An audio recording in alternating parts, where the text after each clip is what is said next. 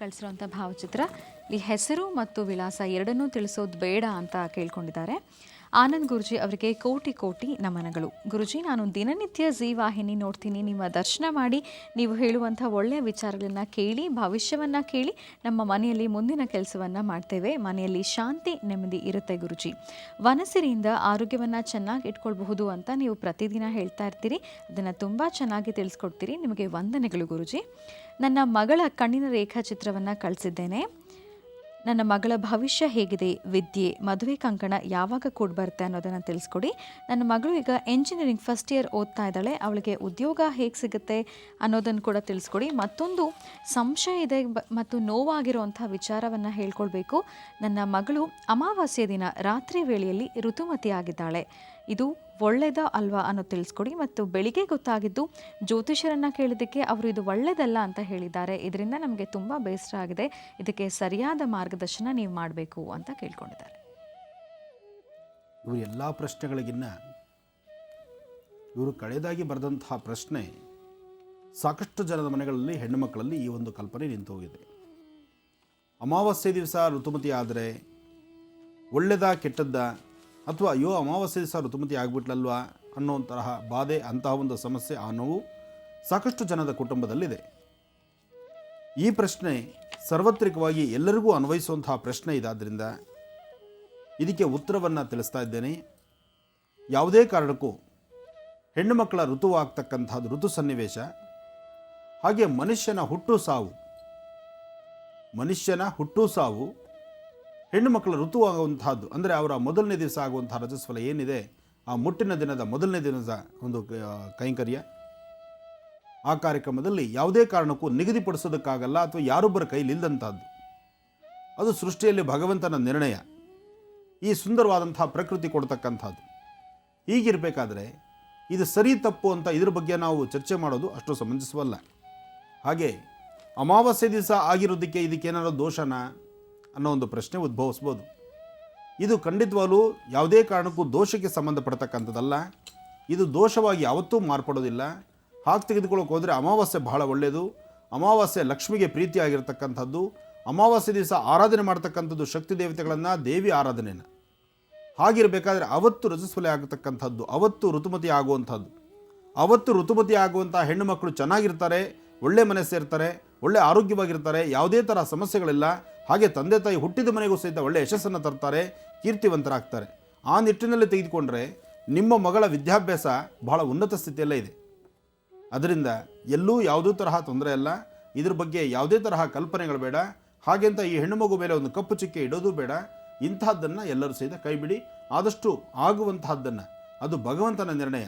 ಆದಾಗ ಅದು ದೋಷ ಆಯಿತು ಅಂತೇಳಿ ಅದರ ತಲೆಕೆಡಿಸ್ಕೊಳ್ಳೋದು ಬೇಡ.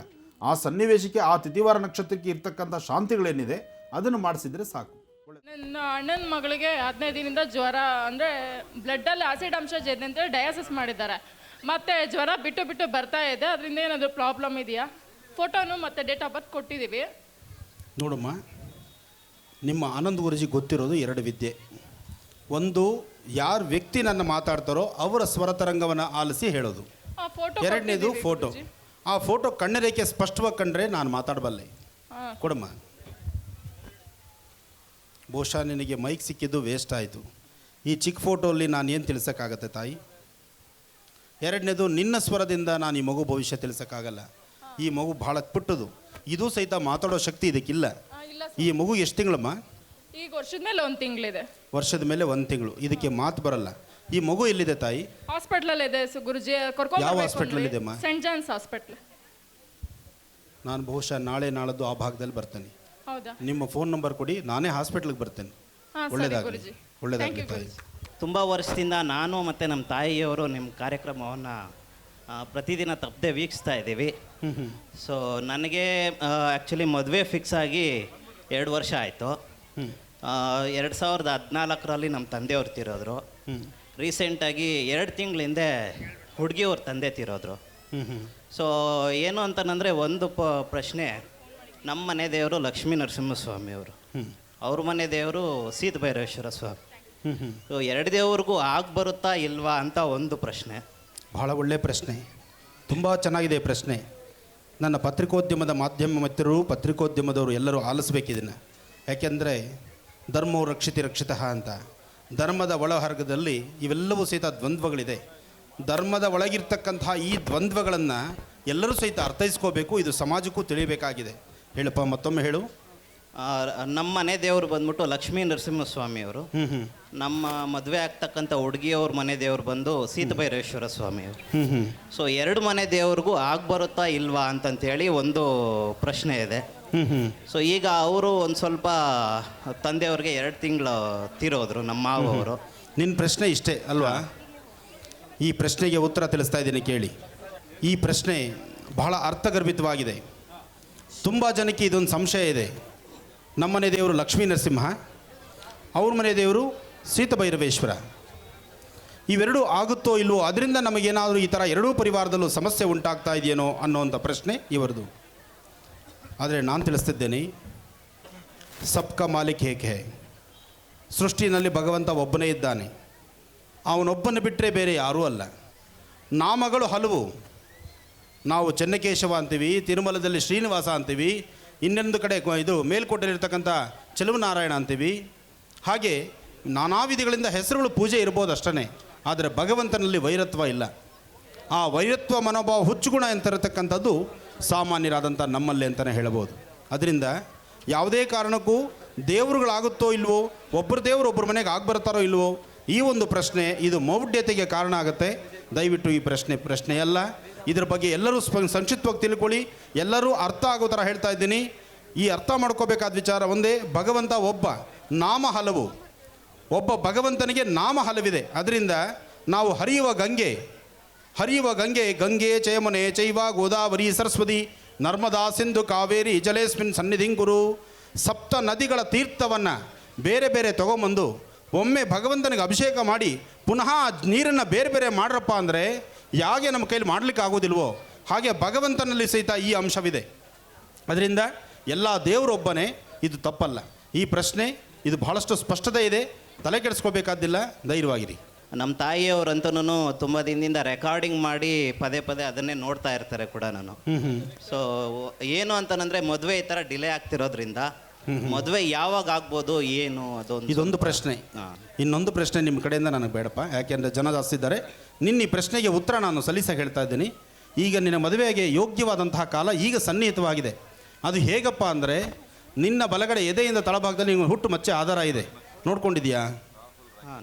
ನೋಡ್ಕೊಂಡಿದ್ಯೋ ಇಲ್ವೋ? ನೋಡ್ಕೊಂಡಿದ್ದೀನಿ. ಬಾಯಲ್ಲಿ ನಾನು ತೋರಿಸ್ತೀನಿ. ಇಲ್ಲ ಅಂದರೆ ನೋಡಿ, ಇಲ್ಲಿ ನಿನಗೆ ಮಚ್ಚೆ ಇದೆ.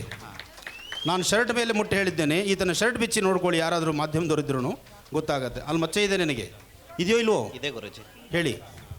ಆ ಮಚ್ಚೆಯ ಆಧಾರ ಪ್ರಕಾರ ಇನ್ನು 4 ತಿಂಗಳಲ್ಲಿ ನೀನು ವಿವಾಹ ಆಗುತ್ತೆ. ಆದರೆ ಒಮ್ಮೆ ಸಾಧ್ಯವಾದರೆ ಒಂದು ಸಮುದ್ರ ಸ್ನಾನ ಮಾಡಿ ಬಾ, ಒಳ್ಳೆಯದಾಗಲಿ.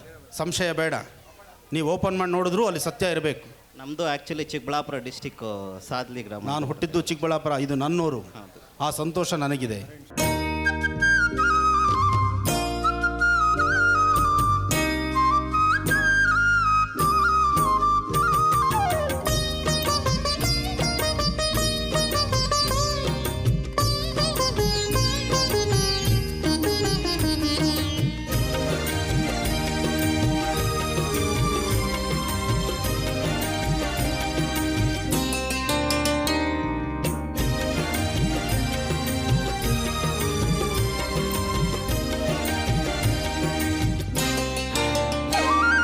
ಮೃತ್ಯುವನ್ನು ಗೆದ್ದ ಗುರುನಾಥರು